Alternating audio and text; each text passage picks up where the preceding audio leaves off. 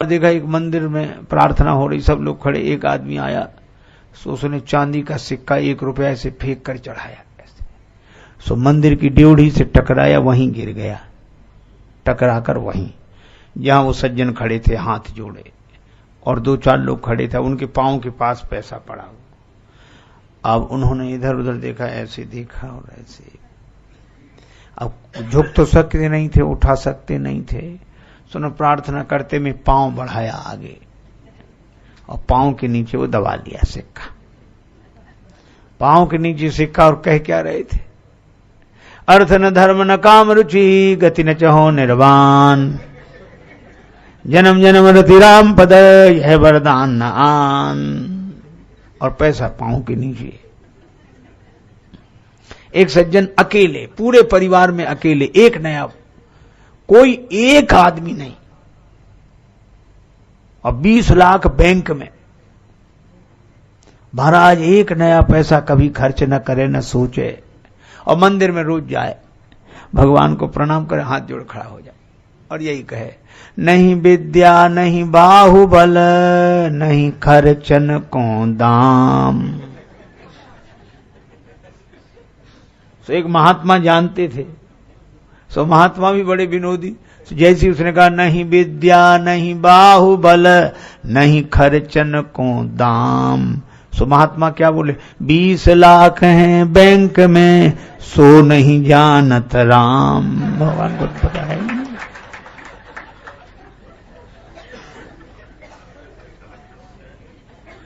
अरे भाई हम लोग प्रार्थना, अब कुछ लोग क्या कहते हैं, महाराज हम तो अपने माता पिता को ही भगवान मानते, हमारे लिए वे ही हैं, सब कुछ वही है, हम नहीं मानते और भगवान, और न कहीं हम किसी को, न किसी तीर्थ में जाए, न धाम में जाए, न भगवान से को, वही। और दूसरे वे लोग कहते हम तो भगवान को मानते हैं, माता पिता जाने उनका काम जाने, हमें कोई लेना देना नहीं, हम तो बस भगवान से। कितना कीर्तन करेंगे और जय माता दी जय माता दी जय माता दी और जय माता दी, और घर में माता जी रो रही हैं। ये दोनों बातें ठीक नहीं है। बोले दोनों बातें क्यों नहीं ठीक? हम कहे इसलिए ठीक नहीं है, एक सज्जन साधु हो गए, उनकी माताजी उनसे मिलने आई, तो माताजी आई ऐसे बैठी और वो ऐसे बैठे रहे जैसे जानते ही ना हो। लोगों ने बड़ी क्या साधु, माताजी आई, उन्हें देखा तक नहीं, माताजी आई देखा तक नहीं। पर यह नियम नहीं है।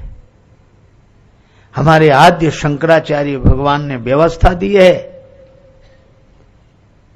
कि ये दंड ग्रहण मात्रेण नरो नारायणो भवे, दंड ग्रहण कर लेने से नर नारायण रूप हो जाता है, और ऐसे के सामने जन्म देने वाला पिता भी आए तो प्रणाम न करे, दंड से करे। लेकिन ऐसे सन्यासी के सामने जन्म देने वाली जननी आ जाए तो उसे दंड एक और रखकर माता के चरणों में सिर रखकर प्रणाम करना चाहिए। मां मां होती है, मां तो सबकी मां होती है, इसमें मुझको क्या कहना है? यदि कहना है तो यह कहना है कि मेरी मां का क्या कहना है।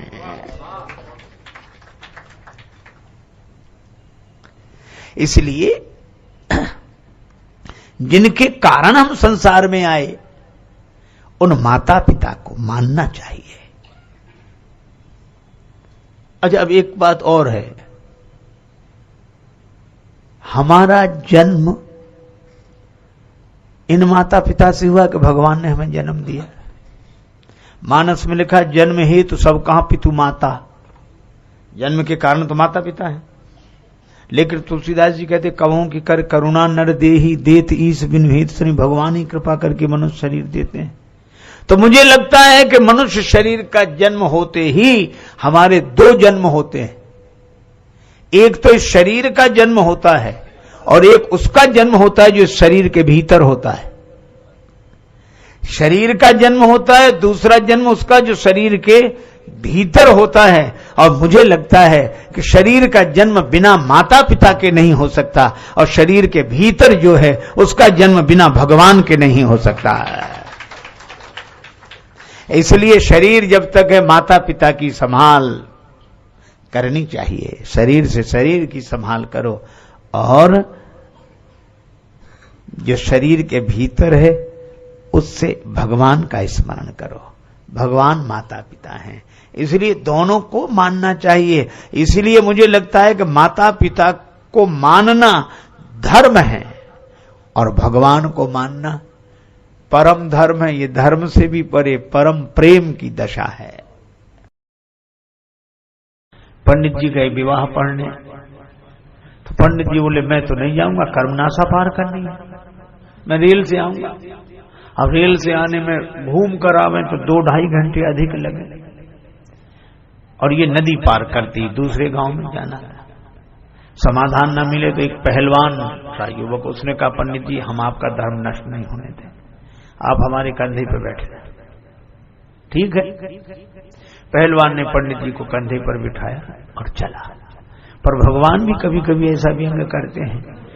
बीच नदी में पहुंचा और उसका ऐसा बैलेंस बिगड़ा, पांव फिसला के पंडित जी को लिए दिए गिरा नदी।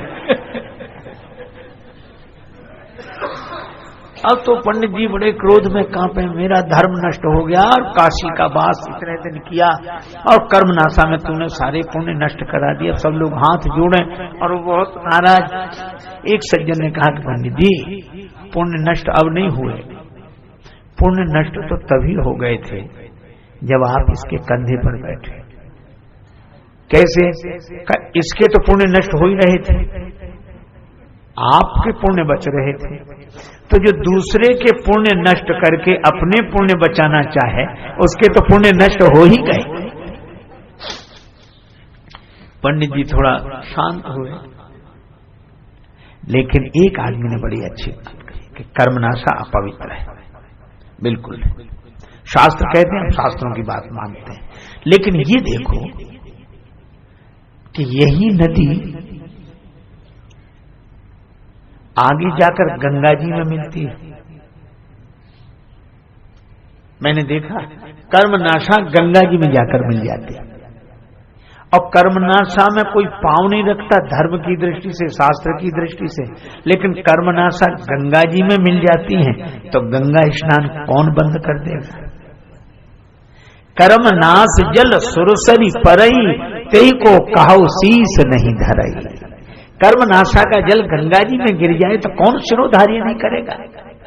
बस यही है, जब तक वो कर्मनाशा है तब तक शास्त्रों का नियम उसके लिए है, और जैसे ही वो गंगा जी में मिल जाती है वैसे ही शास्त्रों का नियम उसके लिए नहीं है। मैं भी आपसे यही कहता हूं, जब हम अपनी वर्ण जाति में रहकर अभिमान रखते हुए उसका पालन करते हैं तो शास्त्रों के नियम पूर्वक चलना चाहिए। लेकिन जिस दिन राम भक्ति जहां सुरसरी धारा, भगवान की भक्ति में हम अपने जीवन को मिला दें, उसी दिन शास्त्रों के नियम हमारे लिए दूसरे हो जाते हैं। पर उसी दिन होते हैं, शास्त्र की मर्यादा है, पर ये शास्त्र से ऊपर। जिसको स्वामी रामानंद जी महाराज वैष्णवाचार्य, उन्होंने बड़ी सुंदर बात कही एक चौपाई में, जाति पाति पूछे नहीं कोई, हरि को भजे सो हरि का कोई। और उनका गोत्र अच्युत गोत्र, और कैसे कैसे संत बनाए गए। आप देखो रविदास जी को उन्होंने शिष्य बनाया, माता मीरा जी ने गुरु मानते हैं। क्यों? क्या शास्त्र मर्यादा का ध्यान उन्हें नहीं था? लेकिन शास्त्र मर्यादा से अधिक भी भगवान की भक्ति का भरोसा करते थे। पर आज तो विडंबना ये, मिलेंगे लोग पूछेंगे तेरा व्यवहार कितना है, मिलेंगे लोग पूछेंगे तेरा व्यवहार कितना है, मिलेंगे लोग पूछेंगे तेरा व्यापार कितना है, मगर ये कोई नहीं पूछता कि तेरा प्रभु से प्यार